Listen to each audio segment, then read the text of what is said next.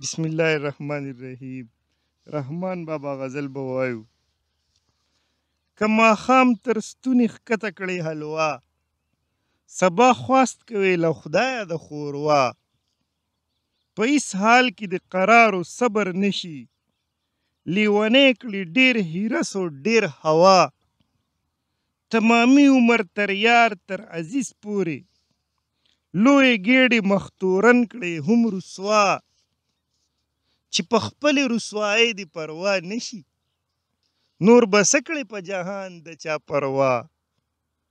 چې د نفس د پاره لاس و خدای ته نیسې، دا زحمت له خدایه غواړې که دوا.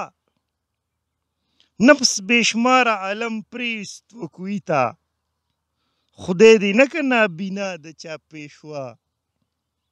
په روا په ناروا کله پوهېږي، و چارپای ته څه روا څه ناروا.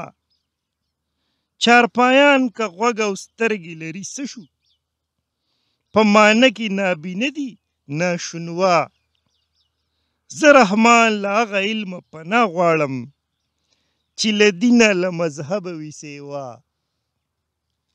واه واه واه، سبحان الله.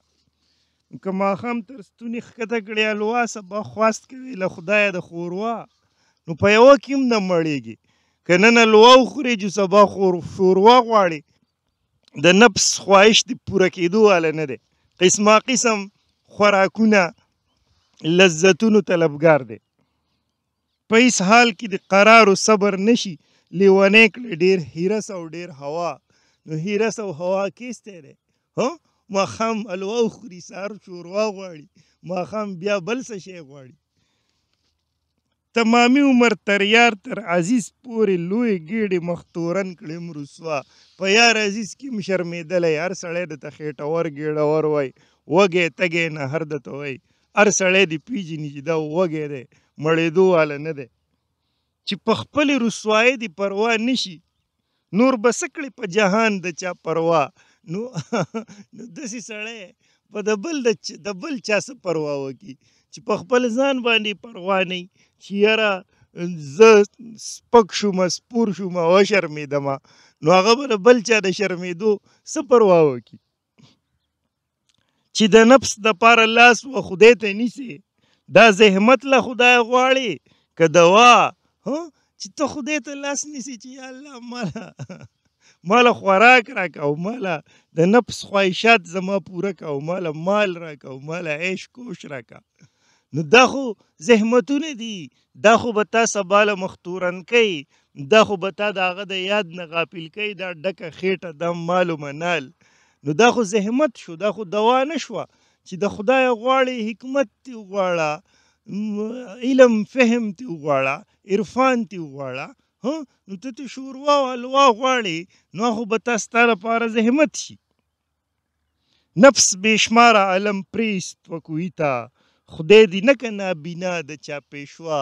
دا نابینای دې نفس ته ووې، چې کم سړی د نفس پیروکار شي او نفس د ده پیشوا شي، سرداري شي، دی د ځان سره روان کي، نو نفس خو مزې غواړي، عیش غواړي، مستي غواړي، آرام غواړي.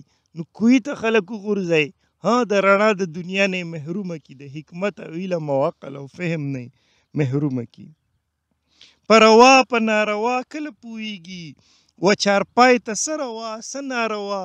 نو دا خو د چارپایانو خویونه دي، د ځناورو انعامو خویونه دي، بهایمو، چې د خېټې لذت پوره کول او جسمانی شهوت پوره کول.